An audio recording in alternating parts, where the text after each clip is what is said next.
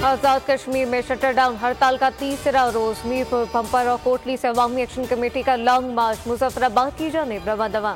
मुजफ्फराबाद में एफसी को तलब कर लिया गया। एफसी असम्बली, सुप्रीम कोर्ट और दीगर राह इमारतों पर तैनात होगी।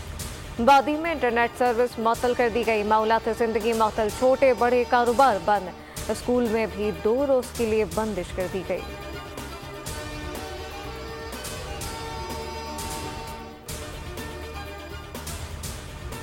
ग्रैंड डायलॉग के लिए बानी पीटीआई की रिहाई के सिवा कोई ऑप्शन नहीं। नवाज शरीफ भी इसके लिए तैयार है। वज़ीर आज़म के मुशीर बराह सियासी उमूर राना सनाउल्लाह ने बड़ा इंकशाफ कर दिया। निजी टीवी से गुफ्तगू में कहा कि बानी पीटीआई हकीकत है तो नवाज शरीफ और आसिफ अली जरदारी भी हकीकत है। ग्रैंड डायलॉग जब भी होगा गैर मशरूत होगा। डायलॉग में अगले मरहले में इदारों को भी शामिल किया जा सकता है।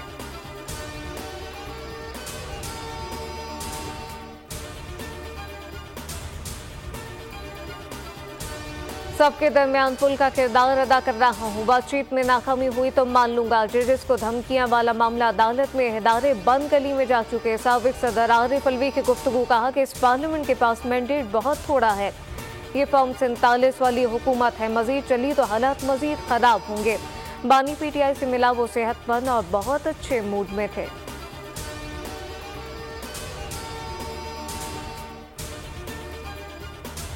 IMF ने पाकिस्तान की सियासी मंजरकशी भी शुरू कर दी। रिपोर्ट में कहा इंतखाबात के बावजूद सियासी बेयकीनी बरकरार है। पीटीआई और इसके हामियों ने वोट ज्यादा लिए। हुकूमत नून लीग और पीपी ने बताई मौजूदा पेचीदा सूरत हाल और महंगाई इस्लाहत को मुतासिर कर सकती है। बैरूनी फाइनेंसिंग में ताख़ीर की सूरत में बैंकों पर हुकूमत को कर्ज देने के लिए दबाव मजीद बढ़ेगा। मजीद माशी अफ्तारी का खदशा जाहिर कर दिया।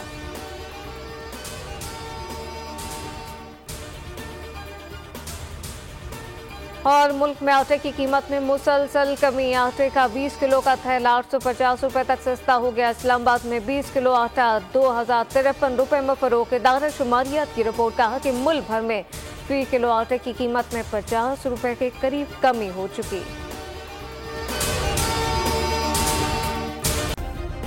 सब्सक्राइब करें और बेल दबाएं ताकि कोई खबर रह न जाए।